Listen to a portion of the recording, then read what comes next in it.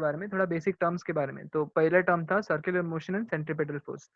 Motions के बारे में बात करने जाएंगे, किधर भी अगर मूव होगा, जिधर भी हम मूव करेंगे उसको हम बोलेंगे मोशंस। लीनियर मोशंस के बारे में हम लोग ने 9th स्टैंडर्ड में पढ़ा था। 9th स्टैंडर्ड में लीनियर मोशंस, जिधर हम आगे पीछे स्ट्रेट लाइन में अगर सपोज पाथ कवर कर रहे हैं उसको हम बोलेंगे लीनियर मोशन। सर्कुलर मोशन का मतलब सर्कुलर मोशन, सर्कुलर पाथ अगर कवर करेंगे तो उसको हम बोलेंगे सर्कुलर मोशन। ओके, इसमें दो टाइप का फोर्स इन्वॉल्व रहता है, एक होता है सेंट्रीपिटल फोर्स और दूसरा होता है सेंट्रीफ्यूगल फोर्स। सेंट्रीपिटल फोर्स का मतलब होता है एवरीथिंग टुवर्ड्स सेंटर। तो यहाँ पे फोर्स का मतलब क्या रहेगा, the force which is acting towards the centre of the circle. Centre of the circle में अगर सपोज ये अगर एक्ट कर रहा है तो उसको हम बोलेंगे सेंट्रीपेटल फोर्स। सेंट्रीफ्यूगल फोर्स का मतलब क्या रहता है, अगर सपोज ये टैंजेंशियली अगर सपोज ये हो रहा है तो उसको हम बोलेंगे सेंट्रीफ्यूगल फोर्स। तो आप लोगों को पता ही रहेगा सर्कल का टैंजेंट कैसा होता है करके, बराबर। सर्कल का टैंजेंट का मतलब हो गया, एक मिनट, हाँ मैं लाइन ढूंढता हूँ पहला कुछ। हाँ, टैंजेंट का मतलब कैसा हो जाएगा, it is to be the perpendicular, ऐसा कुछ। सपोज ये ऑब्जेक्ट, ये ऑब्जेक्ट अगर इधर इधर रहेगा तो इस ऑब्जेक्ट का अगर ये इस डायरेक्शन में घूम रहा है, क्लॉकवाइज डायरेक्शन में अगर सपोज घूम रहा है, तो यहाँ पे डायरेक्शन कैसा रहेगा, इस डायरेक्शन में रहेगा। जो मेरा जो मैं माउस का डायरेक्शन दिखा रहा हूँ, देखो यहाँ से ऐसा जाएगा। ओके, तो ऐसा डायरेक्शन में मूव करते रहेगा। हाँ फाइन। अभी फिलहाल ये ऑब्जेक्ट कहाँ पे, यहाँ पे। ओके, तो ये ऑब्जेक्ट के हिसाब से यहाँ पे कौन सा डायरेक्शन में जाएगा ये, ओप्स लाइन बना तो एक, तो ये ऑब्जेक्ट का टैंजेंशियल डायरेक्शन की बात करने जाएंगे, ऐसा एक्ट करेगा, परपेंडिकुलर एक्ट करेगा। Okay, so this is what your centrifugal force means. Centripetal force का मतलब क्या होता है, अगर सपोज ये सेंटर के टुवर्ड्स एक्ट कर रहा है, अगर बीच सर्कल के बीच में अगर सपोज जा रहा है तो उसको हम बोलेंगे सेंट्रीपिटल फोर्स। तो वही मैंने यहाँ पे लिखा है, force directed towards the centre of the circle. और वही अगर सपोज टैंजेंशियल अगर मूव हो रहा है तो उसको हम बोलेंगे सेंट्रीफ्यूगल फोर्स। एग्जाम्पल आप लोगों को बताया था, 3-4 एग्जाम्पल समझाया था। प्लैनेट का रेवोल्यूशन के बारे में, हमारा बस जब सर्कल मारता है वो, जाइंट व्हील का, ये 3 एग्जाम्पल्स आपको मैंने समझाया था। जाइंट व्हील में क्या होता है, जब भी तुम बैठे रहते या एवरी टाइम सर्कुलर मोशन होने के लिए सेंट्रीपिटल फोर्स होना कंपलसरी है। सेंट्रीपिटल फोर्स होगा ही होगा, क्योंकि सेंट्री सर्कल में घूम रहा है तो वो सेंटर हर टाइम जब तुम घूमोगे तो वो कभी भी सेंटर के टुवर्ड्स वो फोर्स एक्ट करते ही रहेगा। ओके, एंड सेंट्रीफ्यूगल फोर्स कब एक्ट होगा, जब वो स्पीड जो रहेगा, वो स्पीड थोड़ा एक टाइम के बाद ज्यादा हो जाता है। अगर सपोज तुम जाइंट व्हील में हो और जाइंट व्हील में अगर सपोज वो व्हील घूम रहा है, स्लो मोशन के टाइम पे you are not experiencing any force.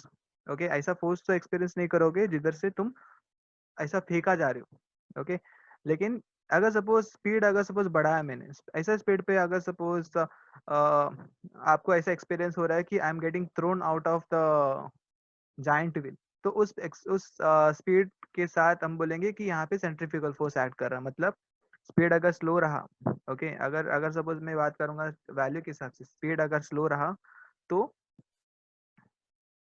आपको सेंट्रीफ्यूगल फोर्स एक्सपीरियंस नहीं होगा। अगर सपोज बहुत ही फास्टली अगर सर्कल टर्न करने की कोशिश कर रहे हो तो वो क्या करेगा, सेंट्रीफ्यूगल फोर्स एक्सपीरियंस होगा। विद दैट, तो दो टर्मिनोलॉजीज बताया था। उसके बाद हम बात करेंगे केपलर के बारे में। केपलर इज अ साइंटिस्ट जिसने क्या किया था, प्लैनेटरी मोशंस के बारे में, एंड उन्होंने एक लॉ के बारे में डिफाइन किया था। That laws are called as Kepler's law. Okay, तो 3 पॉइंट्स है केपलर लॉ के बारे में। तो पहला पॉइंट मैं आपको डिस्कस कर रहा था, पहला पॉइंट ये था, कभी भी कोई भी प्लैनेट अगर अर्थ के सन के अराउंड रिवॉल्व कर रहा है तो sun will be at either of the focus. ये तुम्हारा एलिप्स है, एलिप्स के पास 2 सेंटर होते हैं, वो सेंटर को हम बोलते हैं फोकस। ओके, सो ये तुम्हारा रहा सब एलिप्स, एलिप्स का यहाँ पे एक फोकस और यहाँ पे दूसरा फोकस। सन ये 2 फोकस के बीच में ही घूमते रहेगा। ठीक है, या तो ये फोकस में आएगा या तो ये फोकस में आएगा। और जो प्लैनेट्स रहेगा वो प्लैनेट्स कैसा घूमेगा, ये एलिप्टिकल ऑर्बिट में घूमते रहेगा। ओके, ये रहा तुम्हारा केपलर का फर्स्ट लॉ।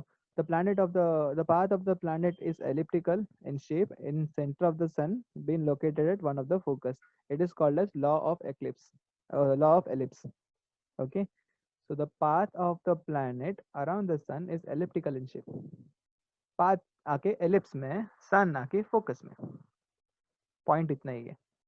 ओके, इतना याद रखो। फर्स्ट लॉ, पाथ जो है एलिप्स, सेंटर जो है फोकस, इधर वन ऑफ द फोकस, दो फोकस इसका मतलब दो दो सन नहीं है यहाँ पे, एक ही सन है, एक ही सन दो फोकस में से किसी एक पॉइंट में रहेगा। ओके, ये रहा तुम्हारा केप्लर्स का फर्स्ट लॉ। सेकेंड लॉ क्या है? लॉ ऑफ इक्वल एरियाज करके हम बोलेंगे। लॉ ऑफ इक्वल एरियाज का मतलब क्या होता है? जब भी ओके यहाँ पे ये लाइन आपको मैं रीड करता हूँ पहला, उसके बाद आपको मैं एक्सप्लेन करता हूँ टर्म को। An imaginary line drawn from the center of the sun to the center of the planet will sweep out equal area in equal interval of time. Okay, मतलब क्या कहना चाह रहा है? एक इमेजिनरी लाइन बना रहा हूँ मैं, समझो यहाँ से, और यहाँ पे समझो अपना ऑब्जेक्ट था, अपना प्लैनेट यहाँ पे था, यहाँ से लेके सन के बीच में मैंने क्या कर दिया, एक इमेजिनरी लाइन ड्रॉ किया यहाँ पे। After some moment, for example 5 minute के बाद मैंने क्या, ऑब्जेक्ट मतलब प्लैनेट तो रेवॉल्व होते रहता है, आफ्टर सम टाइम प्लैनेट जो है यहाँ पे पहुंच गया। तो प्लैनेट जब यहाँ पे पहुंचा, तो प्लैनेट यहाँ पहुंचने के बाद ये लाइन जो है, इमेजिनरी लाइन जो मैंने यहाँ पे बना के रखा है, वो भी स्वीप होगा। Okay, let's consider this area to be A1। Okay, इसको हम कंसीडर करेंगे to be A1। A sorry A1। Font colour को चेंज करता हूँ मैं यहाँ पे। ओके, इसको हम कंसीडर करेंगे A1। ओके, सेम वे यहाँ पे दूसरा एक जब प्लैनेट यहाँ पे पहुंच रहा है, प्लैनेट जब इधर पहुंचा, यहाँ पे भी इमेजिनरी लाइन एक है। Let's consider the same amount of time वो स्वीप कर रहा है। ओके, अभी सेम अमाउंट ऑफ टाइम जो स्वीप करेगा, उस स्वीपिंग एरिया को मैं कंसीडर करता हूँ A2। ओके, एक मिनट, टेक्स्ट का बॉक्स इधर आ।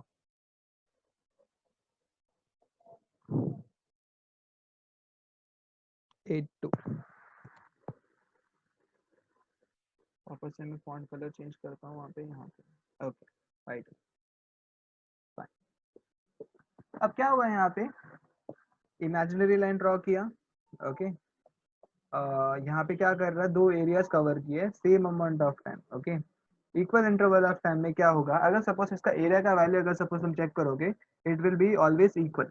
मतलब समझो यहाँ पे अगर सपोज ये 10 मीटर मीटर स्क्वायर अगर कवर किया है, तो यहाँ पे भी सेम टाइम के लिए 10 मीटर स्क्वायर ही कवर करेगा। ओके, तो इक्वल इंटरवल ऑफ टाइम में इक्वल इक्वल एरिया कवर करेगा, उसको हम बोलेंगे law of equal areas. Okay, तो ये इसको हम बोलते हैं law of equal areas, and इसको ये अपना केपलर का सेकंड लॉ है। पहला लॉ क्या था? Law of ellipse. Law of ellipse का मतलब क्या हो गया था, सन आके तुम्हारा फोकस में एंड और बाकी प्लैनेट्स कहाँ कैसे रिवॉल्व होगा, इन एन एलिप्स, एलिप्स में रिवॉल्व होगा। अब यहाँ पे अगर सपोज सेकंड लॉ की बात करने जाएंगे, एलिप्स है, सन तुम्हारा ये वाला फोकस में है, और यहाँ पे क्या कर रहा है, एक जगह से मतलब क्या कर रहा है, एरिया स्विप कर रहा है A1, दूसरी जगह से एरिया स्विप कर रहा है A2। इक्वल टाइम रहा तो ये एरिया भी क्या रहेगा, इक्वल रहेगा। तो इसको हम बोलेंगे केपलर का second law. Okay, I hope this is clear to you all. Okay, तो ये इसके बाद हम बात करेंगे थर्ड लॉ। थर्ड लॉ थोड़ा समझने के लिए थोड़ा ट्रिकी है, बट एक मिनट। हाँ,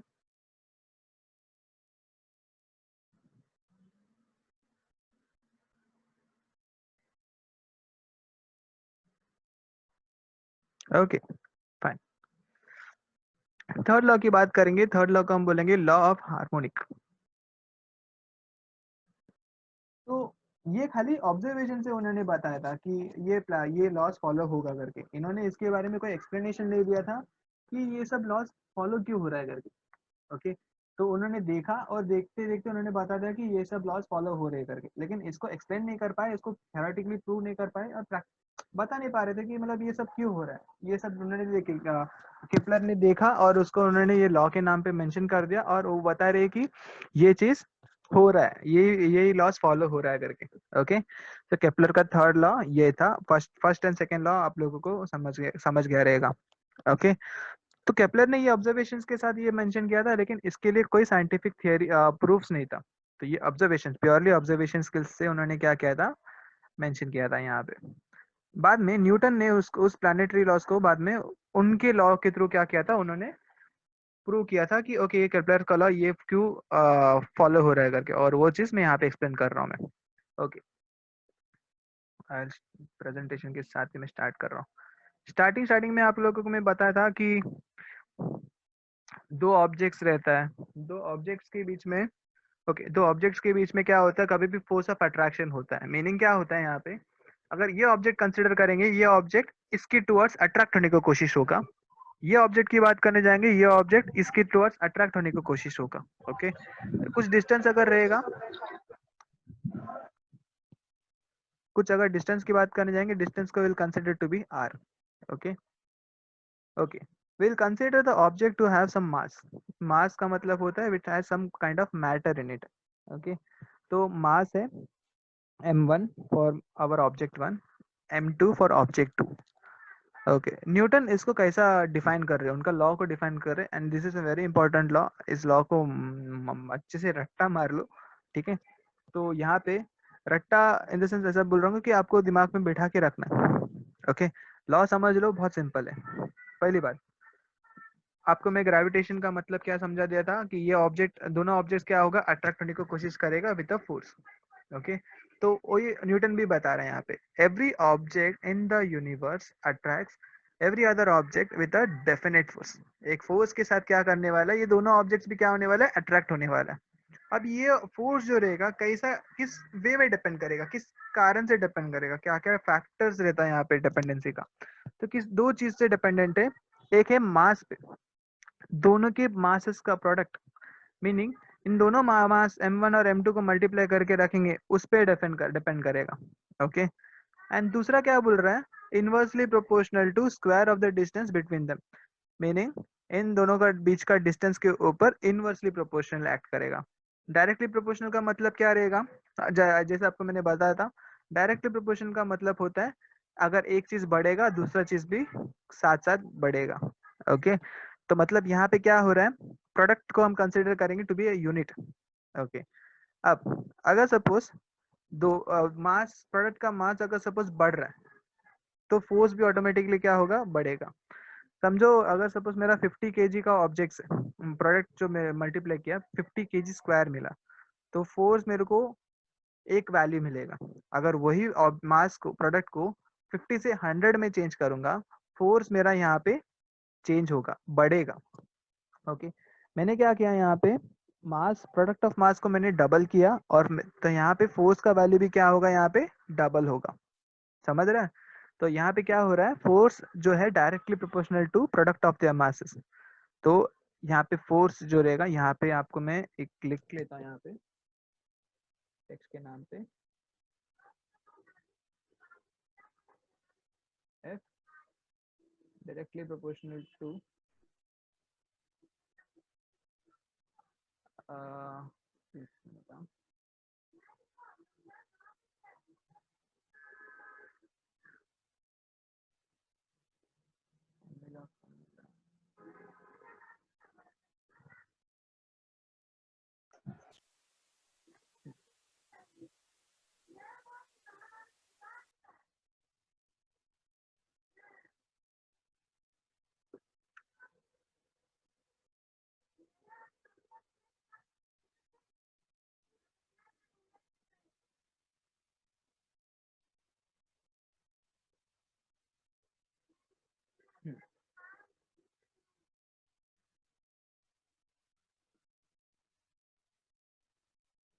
फोर्स जो है डायरेक्टली प्रोपोर्शनल रहेगा टू m1 इंटू m2। ठीक है, तो यहाँ पे प्रोडक्ट ऑफ देयर मासेस, इसको थोड़ा मैं ऊपर लगा लेता हूँ। और दूसरा क्या बोल रहा है यहाँ पे, force is inversely proportional to the square of the distances. तो यहाँ पे और एक टेक्स्ट बॉक्स ऐड करता हूँ मैं, फोर्स, इसको मैं कॉपी कर लेता हूँ मैं,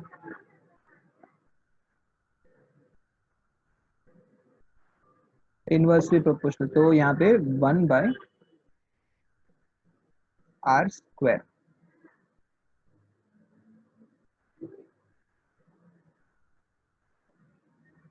ओके, सो 1/r², स्क्वायर यहाँ पे ऐड कर लेता हूँ मैं।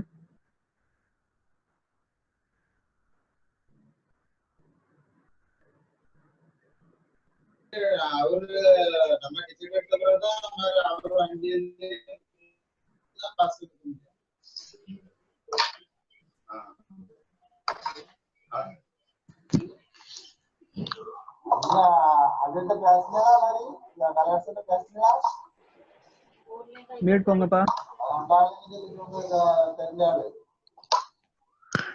ஹலோ ஹலோ முகேஷ் அண்ணே, மாலட்சுமி சொல்லுமா. எப்போ ஸ்டார்ட் பண்ணீங்க? ஸ்டார்ட் பண்ணி ஒரு 20 நிமிஷம் இருக்குமா. சாரி நான் கொஞ்சம் கடைக்கு போயிருந்தேன். ப்ராப்ளம் இல்ல நோ ப்ராப்ளம். சரி.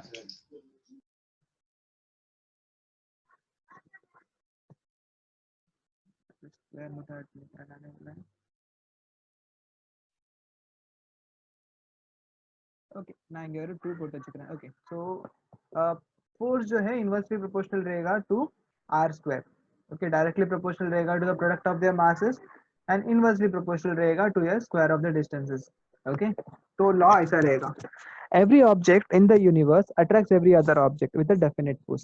ओके, एक ऑब्जेक्ट जो रहेगा हर टाइम दूसरे ऑब्जेक्ट को अट्रैक्ट करने को कोशिश करेगा एक फोर्स के साथ, जो कि किस पे डिपेंड करेगा, दो चीज पे डिपेंड करेगा. पहला चीज क्या है, प्रोडक्ट ऑफ देयर मासेस, दो ऑब्जेक्ट्स के बीच में जो मास रहेगा उसका मल्टीप्लाई करके जो वैल्यू रहेगा उस पे डिपेंड करेगा, पहला पार्ट. दूसरा क्या, किस पे डिपेंड करेगा, उन दोनों के बीच में डिस्टेंसेस के बारे में. डिस्टेंसेस इनवर्सली प्रोपोर्शनल डिपेंड करेगा square of their distances. Okay, तो न्यूटन ने ये दोनों लॉ को क्या कर दिया, यहाँ पे कंबाइन कर दिया था. Okay, force of gravitation is directly proportional to m1 m2 upon ये r स्क्वायर या d स्क्वायर. डी का यहाँ पे कंसिडर किया, ठीक है, तुम्हारे टेक्स्ट बुक में भी डी है तो इसलिए डी कंसिडर किया है, तो डी स्क्वायर. ओके, तो यहाँ पे F gravitation means force of gravity between two objects. Okay, and directly proportional मतलब तुम्हारा प्रोपोर्शनल मतलब हो गया m1 m2 तुम्हारा मास ऑफ ऑब्जेक्ट हो गया, डी का मतलब हो गया distance between the two objects. Okay, ये प्रोपोर्शनल हटा के बाद में मैं अगर कांस्टेंट लगाऊंगा तो कांस्टेंट क्या रहेगा तुम्हारा, कैपिटल जी. यहाँ पे याद रख लेना, it's capital G. Okay, capital G का मतलब होता है यूनिवर्सल ग्रेविटेशन कांस्टेंट. याद रख लेना, यूनिवर्सल ग्रेविटेशन कांस्टेंट, या इसको हम बोलेंगे यूनिवर्सल ग्रेविटेशन कांस्टेंट करके बोलेंगे इसको. ओके, यूनिट याद रख लेना, यूनिट आके Newton metre square per kg square रहेगा.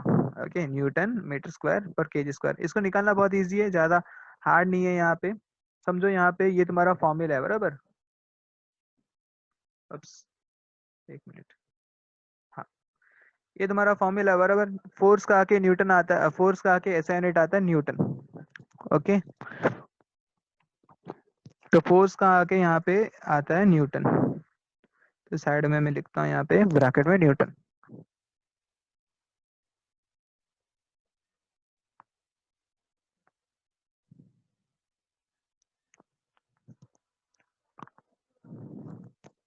जब भी ऐसा कुछ केस रहा जिसमें मतलब आपको यूनिट्स याद नहीं आ रहा, तो you can formulate the units, और बहुत सिंपल है यूनिट्स को फॉर्मुलेट करना. ओके, तो ये फोर्स है तुम्हारा न्यूटन का. ओके, मीटर डिस्टेंस यहाँ पे m1 m2 जो है यहाँ पे केजी से रहेगा, मतलब मास हम ऐसे कंसिडर करेंगे तो भी केजी, तो केजी इंटू केजी जो रहेगा वो हम मल्टीप्लाई करेंगे तो अपने को मिलेगा केजी स्क्वायर. क्या आएगा, केजी स्क्वायर. तो केजी स्क्वायर को मैं kg2 करके लिखता हूँ यहाँ पे. तो सब्सक्रिप्ट लिखने नहीं आ रहा, इसके लिए मैं वो एज 2 लिखता हूँ मैं. एंड डी स्क्वायर डिस्टेंस है, तो डिस्टेंस जो रहेगा एक बार,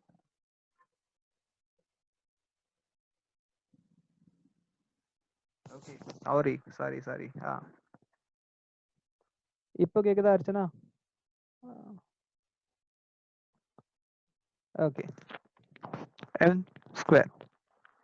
ओके, मेरे को क्या चाहिए यहाँ पे, जी का वैल्यू चाहिए, जी का यूनिट चाहिए, तो यहाँ पे न्यूटन रखा मैंने. ये एम स्क्वायर जो रहेगा इसको मैं उठा के यहाँ पे रखूंगा तो ये मल्टीप्लाई में आ जाएगा बराबर. और ये केजी स्क्वायर को अगर सपोज मैं डिनोमिनेटर नीचे लेके आऊंगा तो ये क्या हो जाएगा, डिवाइड में आ जाएगा. तो तुम्हारा यूनिट कैसा रहेगा, जी का Newton metre square per kg square. तो ये रहा तुम्हारा यूनिट. तो यूनिट को, यूनिट यहाँ पे मेंशन किया है, जी का वैल्यू, जी का यूनिट है newton metre square per kg square. तो केजी यहाँ पे -2 लिखा है. -2 का मतलब होता है पर डिवाइड में आएगा वो चीज, ठीक है. तो जी का एक्सपेरिमेंट वैल्यू जो है फाइंड किया था कैवेंडिश. ओके, हेनरी कैवेंडिश करके एक साइंटिस्ट है, उन्होंने एक्सपेरिमेंटली कैलकुलेट किया था और इसका वैल्यू था 6.673 into 10⁻⁻11 Newton metre square per kg square. आप लोगों को यूनिट्स के साथ याद रखना पड़ेगा। साइंस में कभी भी याद रख लेना, units are very very precious and important. ठीक है, जब भी ऐसा आप लोगों को मतलब जब सामने क्लास लेने आऊंगा तो I will explain you the importance of units. Okay, तो अभी फिलहाल के लिए खाली इतना याद रख लेना, units play a very important role in science. तो यूनिट्स में कभी भी किधर भी मैसअप नहीं करना। Okay, so G is called as constant of proportionality. It's called as universal gravitation constant. इसका यूनिट आता है newton metre square per kg square, और इसका ऐसा यूनिट इसका वैल्यू जो है 6.673 into 10⁻⁻11 Newton metre square per kg square. Okay, तो ये चीज तो आपको पता चल गया। तो न्यूटन के लॉ के हिसाब से बात करने जाएंगे। Every object attracts every other object with a definite force which is directly proportional to square of their mass, product of their mass, and inversely proportional to square of the distance between them. भाई अभी चिल्ला नहीं सकता मैं यहाँ से मैं अभी मेरा साउंड ऐसे ही है। ठीक है, आएगा सब लोगों को मतलब प्रॉपरली सुनाई दे रहा है। ओके फाइन, तो ये था तुम्हारा। ओके, सो जी के बारे में बता रहा था। G is nothing but your constant of proportionality. उसको this is called as universal gravitation constant, जिसका एसआई यूनिट है newton metre square per kg square, और उसका वैल्यू है 6.673 into 10⁻11 newton metre square per kg square. अब ये value जो है, अभी सबको एक डाउट रहेगा, ये वैल्यू हर जगह सेम रहेगा क्या? ये वैल्यू हर जगह सेम रहेगा irrespective of your place of location. अगर इस चीज को तुम यहाँ अर्थ में मेजर करोगे या तुम मार्स में मेजर करोगे, अगर सपोज तुम सन में भी अगर मेजर करोगे, कोई भी जगह पे अगर सपोज ये वैल्यू मेजर करने की कोशिश करोगे, इसका वैल्यू कभी भी क्या रहेगा? 6.673 इंटू 10⁻11 ही रहेगा। ओके, तो ये value is constant. Capital G कभी भी किसी के साथ चेंज नहीं करेगा वैल्यू को। ठीक है, यहाँ तक समझ में आया? ओके, तो इसके साथ we will move to next topic. तो बहुत सारी चीजें देख लिया यहाँ पे। Every object in the universe attracts every other object with a definite force. This force is directly proportional to product of their masses of two objects and square of the distances between them. Inversely proportional to square of the distance between them. अगर suppose इसी को हम formula के नाम से लिखेंगे तो F gravitation is directly proportional to m1 m2 upon d square, and जिसमें आप लोगों का रिप्रेजेंटेटिव लिखा है। एफ ग्राव का मतलब होता है gravity, force of gravity between two objects. m1 का मतलब होता है मास ऑफ ऑब्जेक्ट 1, m2 का मतलब होता है मास ऑफ ऑब्जेक्ट 2, d का मतलब होता है सेपरेटिंग डिस्टेंस बिटवीन देम। इसका हम फॉर्मुलेट करेंगे तो F is equal to G m1 m2 upon d square. G का यूनिट फाइंड करना रहेगा तो बहुत सिंपल है, मेरे को खाली न्यूटन यहाँ पे लिखा, इसको मल्टीप्लाई किया, m1 m2 केजी रहेगा, केजी स्क्वायर आ जाएगा। डी का मतलब होता है डिस्टेंस, तो इसका यूनिट रहता है मीटर, तो दो डिस्टेंस है इसलिए मीटर स्क्वायर। तो एक जी को यहाँ पे रखा, एफ न्यूटन रहेगा, इस केजी का वैल्यू को मैं नीचे लेके आया तो नीचे आ जाएगा केजी स्क्वायर, डी स्क्वायर का वैल्यू मीटर स्क्वायर का वैल्यू ऊपर आ जाएगा तो ये मीटर स्क्वायर आ जाएगा। तो जी का यूनिट जो रहेगा वो आएगा तुम्हारा Newton metre square per kg square. और इसको एक्सपेरिमेंटली वैल्यू कौन फाइंड किया था? Henry Cavendish.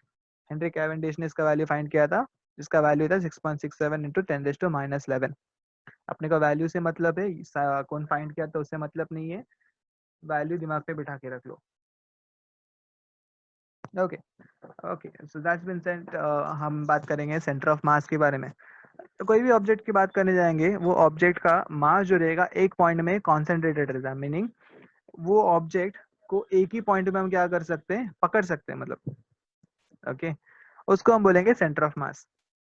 मीनिंग आप लोगों को अगर सपोज एक बुक रखा है, एक नोटबुक रखा है, और नोटबुक को हम क्या करते हैं? हर टाइम बीच से पकड़ के इसको घुमाते, तो वो क्या करता है? एक जगह पे ऐसा बैलेंस रहता है और घूमते रहता है।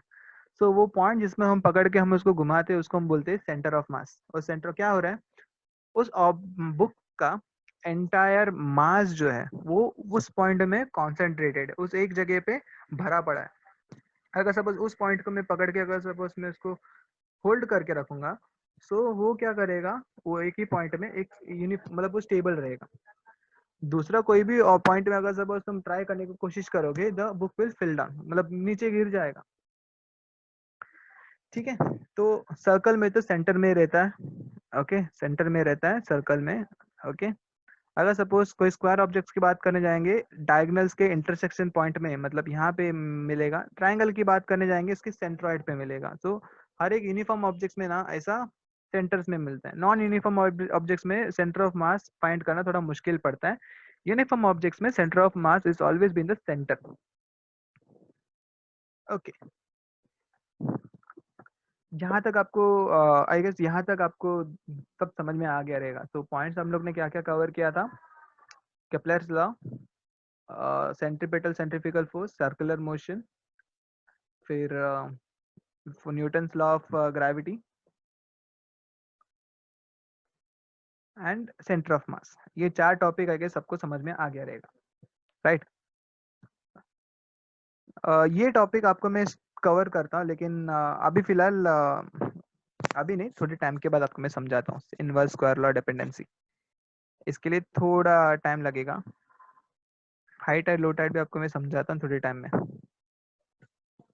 ओके, सो ये 2 टॉपिक को अभी फिलहाल मैं स्किप कर रहा हूँ। स्किप एज इन बाद में मैं समझाऊंगा इसको। इनवर्स स्क्वायर डिपेंडेंसी का मतलब कुछ नहीं, जो केपलर ने एक्सप्लेन किया था उसी को यहाँ पे प्रूव किया है।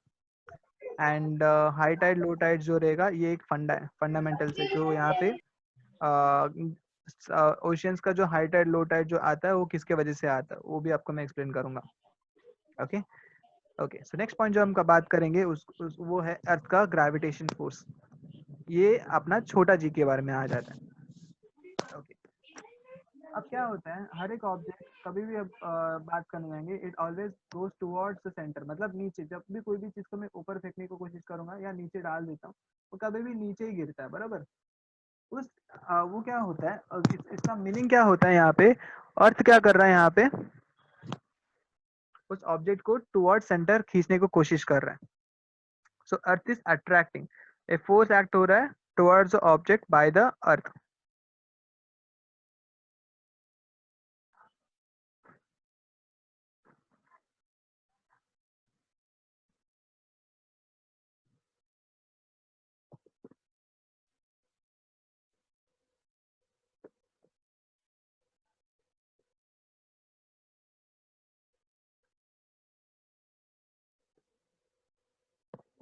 ओके, एक मिनट, हाँ। ओके, अगर अर्थ की ग्रेविटेशन फोर्स की बात करने जाएंगे, कभी भी कोई भी ऑब्जेक्ट अगर सपोज बात करेंगे, कोई भी ऑब्जेक्ट नीचे छोड़ते तो क्या होता है, डायरेक्टली डाउन नीचे गिरता है, वर्टिकली डाउनवर्ड्स मूव होता है। तो इसका मीनिंग क्या होता है, जब भी कोई भी अर्थ का ग्रेविटेशन फोर्स एक्ट करता है, वो नीचे की तरफ टुवर्ड्स डाउनवर्ड्स एक्ट करता है। प्रैक्टिकली अगर बात करने जाएंगे, it is attracting towards the centre of the circle. Okay, तो यहाँ पे देखो एक बॉल रखा है, ये बॉल क्या हो रहा है, कभी भी मतलब ऐसा जब नीचे डालते हैं वो क्या होता है, उछलता है, पहले नीचे जाता है, फिर रिबाउंड होके वापस ऊपर, फिर नीचे नीचे ऐसा करके आते रहता है। तो हर टर्म ऊपर जाने की कोशिश करेगा, वो नीचे आते रहेगा। ऊपर जा रहा है, नीचे अर्थ क्या कर रहा है, उसको पकड़ के खींच रहा है। तो उस फोर्स को हम बोलेंगे अर्थ का gravitation force. And it's the only reason why we are all in the surface.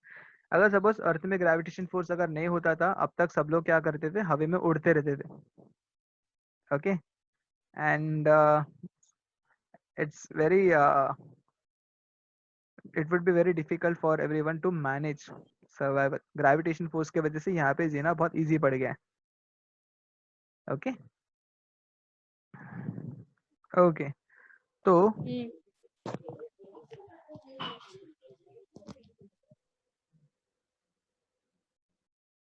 यहाँ पे आपको मैं ये समझा देता हूँ यहाँ पे। तो यहाँ पे इनडायरेक्टली क्या बता रहा हूँ मैं, जब भी ये एक फोर्स एक्ट कर रहा है, क्या हो रहा है, नीचे टुवर्ड्स द,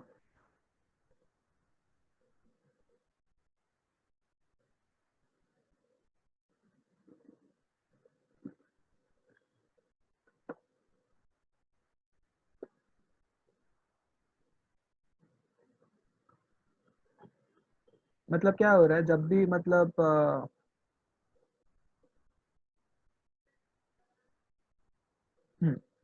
मतलब जब भी यार कौन बात कर रहा है अभी?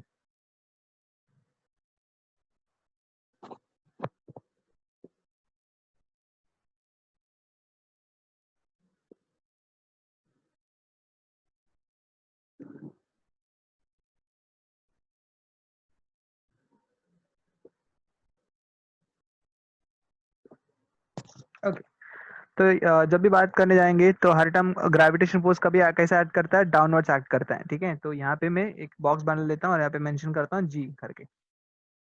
ओके, तो टेक्स्ट का कलर चेंज कर लेता हूँ टू वाइट। ये रहेगा तुम्हारा स्मॉल जी। तो स्मॉल जी का मतलब होता है अर्थ का ग्रेविटेशन एक्सेलरेशन। मतलब क्या हो रहा है यहाँ पे, हाँ मतलब क्या हो रहा है यहाँ पे, फोर्स एक्ट हो रहा है और फोर्स में आके दो चीज होता है, एक होता है मास और दूसरा होता है एक्सेलरेशन। एक्सेलरेशन में क्या होता है, ग्रेविटी इन्वॉल्व रहने की वजह से उसका हम स्मॉल जी बात करेंगे, स्मॉल जी के टर्म्स में मेंशन करेंगे। ओके, तो यहाँ पे तुम्हारा अर्थ ग्रेविटेशन फोर्स जो एक्ट होता है उसका फॉर्मूला जो रहेगा वो चेंज हो जाएगा एस एम जी। तो तुम्हारा फॉर्मूला रहेगा F is equal to M into mass into acceleration है।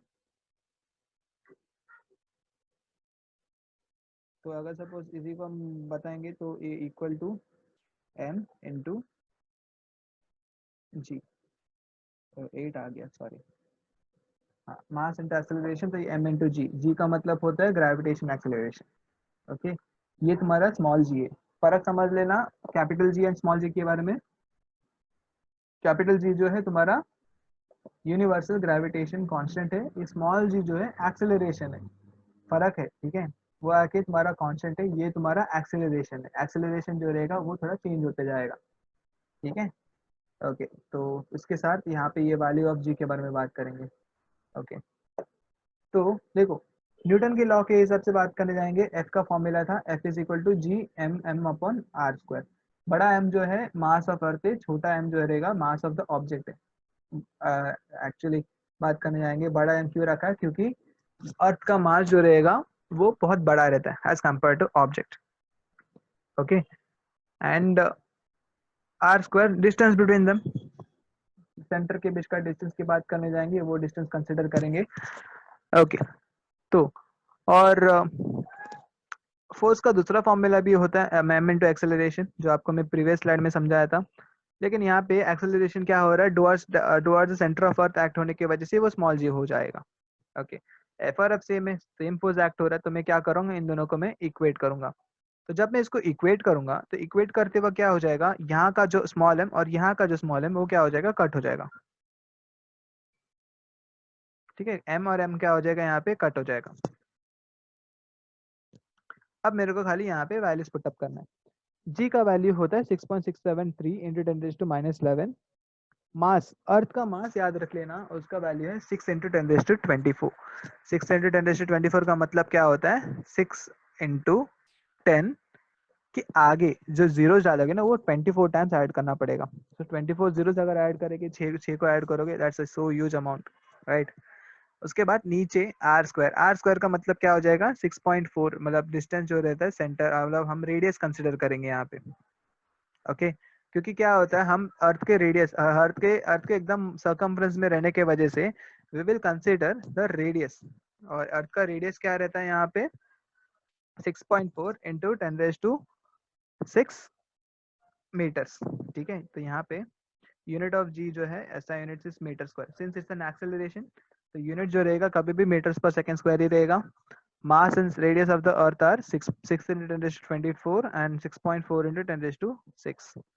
ओके, बाद में ये सब कैलकुलेशन करने के बाद आपको जी का वैल्यू मिलेगा 9.77 मीटर्स पर सेकेंड स्क्वायर। ठीक है, यहाँ तक समझ में आया। ओके, अब समझ लेना ये आर का वैल्यू जो रहेगा रेडियस है। ओके, एम का वैल्यू जो है मास ऑफ द अर्थ है, जी का वैल्यू जो है ग्रेविटेशन कांस्टेंट है। इसके बाद हम लोग को वैल्यू मिला स्मॉल जी का 9.77 मीटर्स पर सेकेंड स्क्वायर। मतलब ये वैल्यू इट्स ऑलमोस्ट यूज, मतलब हर जगह ये यूज करेंगे। ठीक है, तो ये वैल्यू को भी याद रख लेना, 9.77 या 9.8 के नाम पे याद रख लेना। इसको अप्रोक्सीमेट करके बात करेंगे तो 9.8 भी यूज कर सकते हैं। ओके,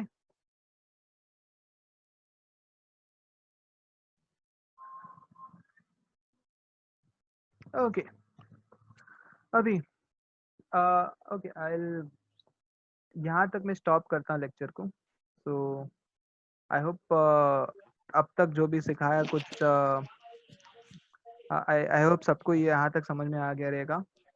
होमवर्क आज के लिए मैं मतलब ज़्यादा रख नहीं रहा हूँ, क्योंकि हम लोग ने अब तक थियरी कवर नहीं पूरा कवर नहीं किया है। But few points to add to your 9th के टेक्स्ट बुक में तुम्हारा एक टॉपिक है न्यूटन का लॉज ऑफ मोशन करके, लॉज ऑफ मोशन, काइनामेटिक्स। इन दोनों चीज को रिवाइज कर लो तुम्हारे टेक्स्ट बुक से, 9th के टेक्स्ट बुक से। तुम अगर रखे रहेंगे तो रिवाइज कर लो, अगर नहीं रखा रहेगा तो व्हाट विल डू, मैं वो 9th का बुक भी आपको मैं फॉरवर्ड करता हूँ इस व्हाट्सएप के ग्रुप पे। तो 9th की बुक से आप क्या कर सकते हो, लॉज ऑफ मोशन के बारे में आप रिवाइज करो, लॉस ऑफ मोशन के फॉर्मूलास, काइनामेटिक्स का फॉर्मूलास जो आप लोग ने बहुत साल पहले देखा था, तो वो फॉर्मूलास भी काम कर लेना, देख लेना, आपको समझ में आ जाएगा। तो क्योंकि नेक्स्ट लेक्चर कल के दिन में जब मैं पॉइंट समझाऊंगा वो थोड़ा इससे रिलेटेड रहेगा एंड आपको समझने में इजी पड़ जाएगा। Okay, so I will stop the lecture for now. Thank you so much. कुछ अगर समझ में आ गया रहेगा तो अच्छा है, नहीं समझ में आया तो you go through the notes, go through your text book first, text book के थ्रू समझ लेना। अगर नहीं, उससे भी अगर नहीं समझ में आ रहा, नंबर तो है ही मेरा, तो आप मेरे से डायरेक्ट कांटेक्ट करो, मैं बात करूंगा तुम लोग से इसके बारे में, ठीक है? Fine, so thank you so much everyone. मैं स्टॉप करता हूँ इसको, मीटिंग को। कुछ अगर रहेगा तो you can have a word with me. Okay, thank you so much. मैं पीपीटी थोड़े दिन में फॉरवर्ड करूंगा, जब ये टॉपिक पूरा कवर हो जाएगा मैं पीपीटी आपको फॉरवर्ड कर दूंगा। साथ ही साथ आई गेस सर तुम लोगों को वो ये बता देंगे कौन सा डॉक्यूमेंट रेफर करना है करके। डॉक्यूमेंट एज इन तुम लोगों को गाइड यूज करना है या यूनिक यूज करना है, वो उसके बारे में बता देंगे। मैं जो भी नोट्स बनाऊंगा it will be as a reference. Okay, reference इसका मतलब ये नहीं है कि यही नोट्स तुम लोग पढ़ने वाले हो, एज अ रेफरेंस तुम यूज कर सकते हो। मैं तो एक्चुअली ये बात बोलूंगा कि you understand the concept, concept समझ लो, आप लोगों को ज्यादा मेहनत नहीं लगेगा नोट समझने को, ठीक है? तो मेरे तरफ से थोड़ा नोट्स भी मैं प्रोवाइड करता हूँ मैं एट द सेम टाइम। जब ये लेक्चर टॉपिक खत्म होगा उसके साथ में नोट्स और पीपीटी अलॉन्ग विद सम्स में ऐड कर दूंगा मैं, ठीक है? फाइन, सो और कुछ ही स्लाइड्स बचा है, फिर बाद में ये टॉपिक ऑलमोस्ट खत्म हो जाएगा। सो आई होप यहाँ तक आपको समझ में आ गया रहेगा। छोटे टॉपिक है, वेटेज की बात करने जाएंगे। वो वेटेज जो है 3 मार्क्स का वेटेज है इस टॉपिक का। Okay, and one more thing, मैं आप लोगों को एक अलग से सेशन लूंगा जिसमें आप लोगों को ये समझाऊंगा कि हर एक टॉपिक का वेटेज क्या है एंड किस में आपको ज़्यादा फोकस करना करके। ये भी आपको मैं कंटेंट के नाम पे देता हूँ मैं, एटलीस्ट वो भी याद रखना, आपने को समझ में आ जाएगा कि किस में हमें फोकस ज़्यादा करना करके। हमको तो ज़्यादा सब हर टॉपिक में फोकस तो देना ही है, बट जिसमें एक्स्ट्रा कंसंट्रेट करना है एंड किस में ज़्यादा फोकस करना है वो भी आपको मैं नेक्स्ट टॉपिक, नेक्स्ट सेशन जब रहेगा, मतलब ऐसे एक सेशन प्रिपेयर करके आपको मैं समझा देता हूँ मैं। ओके, उसके लिए मेरे को थोड़ा टाइम चाहिए। Okay, so I'll stop the meeting. Thank you so much, everyone. Have a nice day. Bye, everyone. Bye. Bye.